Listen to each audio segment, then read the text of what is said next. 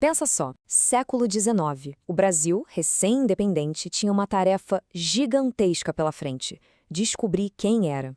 E aí, como é que uma nação tão jovem começa a contar a própria história, a criar uma identidade?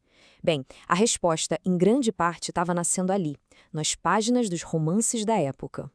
E o Brasil era um país de contrastes absurdos. De um lado, a gente vê essa figura do sertanejo, né? Um Brasil profundo, rural, quase desconhecido. Do outro, o Rio de Janeiro, uma cidade que já era uma metrópole cosmopolita, super vibrante. A grande questão era: como é que uma nação com realidades tão diferentes poderia se ver numa única história? Esse foi o desafio que os escritores daquele tempo toparam encarar. E para responder a essa pergunta, os autores românticos não escolheram um lado, não. Pelo contrário, eles mergulharam de cabeça tanto no interior exótico quanto nas cidades que não paravam de crescer, tentando pintar um retrato que fosse, sabe, o mais completo possível da nação. E aqui está o pulo do gato para entender esse movimento. O objetivo não era só contar uma historinha de amor ou de aventura, não. A ideia era capturar a essência do que a gente chama de brasilidade. O Brasil, com toda a sua complexidade, com as suas contradições, ele era a verdadeira estrela da festa. E uma das facetas mais interessantes dessa brasilidade estava nascendo justamente nas cidades. Com o crescimento urbano, principalmente do Rio de Janeiro, apareceu um público leitor totalmente novo: a burguesia. E essa galera estava ansiosa para se ver ali, nas páginas de um livro, ver seus próprios dramas, suas ambições, sua vida. E que palco, hein? O Rio de Janeiro do século XIX era o coração pulsante do Brasil. Tudo acontecia ali: a vida social, a política, a cultura.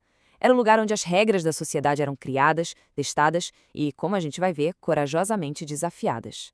Pois é, e esses temas aqui resumem perfeitamente o universo da burguesia que esses livros exploravam. Eram os chamados romances de costumes, e eles giravam em torno desses rituais todos: a busca por um bom casamento, a importância da grana, os rolos de família, as intrigas de amor. Era a vida deles ali impressa no papel. Essa linha do tempo mostra como tudo aconteceu muito rápido. Poucas décadas depois da independência, o romance urbano já era um baita fenômeno. E não eram só sucessos de venda, não, viu? Eram obras que estavam, de fato, ajudando a moldar a literatura do país. Mas, claro, nem todo romance seguia a cartilha. Vamos falar de uma obra que, olha, quebrou completamente o molde do romantismo da época: Memórias de um Sargento de Milícias, do Manuel Antônio de Almeida. Para entender esse livro, primeiro a gente precisa entender essa figura, o malandro. Ele não tem nada a ver com o herói nobre, virtuoso da literatura europeia. Longe disso. Ele é uma figura das ruas, um sobrevivente, que usa a esperteza para se virar num mundo que era bem caótico e desigual. Essa comparação aqui deixa a ruptura claríssima, né? O protagonista, o Leonardo, não era nem um pouco idealizado. Ele era um bom vagabundo que vivia metido em briga, em confusão. Era uma visão da cidade muito mais realista, sabe? Mais pé no chão. E dá uma olhada nessa cena. Que genial! Enquanto os pais estão tendo uma briga daquelas, o pequeno Leonardo tá ali, no meio do caos, tranquilamente destruindo documentos importantes para fazer brinquedo. Isso resume perfeitamente o tom do livro. É cheio de humor, é caótico e não tem nada de idealizado.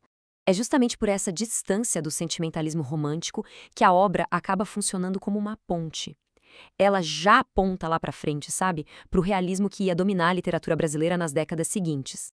Mas o Manuel Antônio de Almeida não estava sozinho nessa de desafiar as convenções. Outro gigante, José de Alencar, também foi além dos limites do gênero. Só que ele fez isso de um jeito diferente, criando personagens femininas que eram incrivelmente fortes, complexas. E duas de suas obras mais famosas, Luciola e Senhora, pegaram temas sociais super controversos e botaram no centro da discussão, tudo pelo ponto de vista das suas heroínas. A história de Luciola, para a época, foi um verdadeiro escândalo. Ela se torna prostituta por necessidade e o livro usa essa trajetória para criticar a moral dupla da sociedade. Ok, o final ainda tem aquela coisa da redenção pelo amor e a morte, que é bem romântico, mas a semente da crítica social já estava plantada ali e bem fundo. Pois é, se Luciola já mexeu num vespeiro, a obra seguinte de Alencar foi ainda mais longe. Ele resolveu atacar uma das instituições mais sagradas da sociedade burguesa: o casamento. Nossa, a trama de Senhora é praticamente um thriller social. Pensa bem, a Aurélia, que tinha sido abandonada por ser pobre, de repente herda uma fortuna e vira o jogo. Ela transforma o casamento que deveria ser sobre amor num negócio, numa vingança fria e calculada. Ela literalmente compra o marido. Isso era uma crítica direta e poderosíssima ao casamento por interesse. Então, no fim das contas, qual foi o grande legado que ficou de todos esses romances que ajudaram a escrever uma nação? A conclusão é bem clara. Essa literatura foi um espelho essencial. Ao ler sobre malandros, cortesãs, herdeiras vingativas, o Brasil do século XIX pôde se enxergar, se questionar e, finalmente, começar a definir quem, de fato, ele era. E esse legado tem 3 pontos principais. Primeiro, esses livros criaram uma crônica da vida nas cidades. Segundo, eles deram vida a personagens que eram inconfundivelmente brasileiros. Não só o malandro, mas também a mulher forte que usa o dinheiro como poder. E terceiro, eles começaram uma tradição de usar a ficção para criticar a sociedade. Foi algo que abriu um caminho enorme para os grandes mestres do realismo que viriam logo depois. E tudo isso leva a gente a uma última reflexão. Assim como os romances do século XIX refletiam aquela sociedade, o que será que os nossos filmes, as nossas séries, os nossos livros de hoje dizem sobre quem somos nós? É uma pergunta que, com certeza, vale a pena pensar a respeito.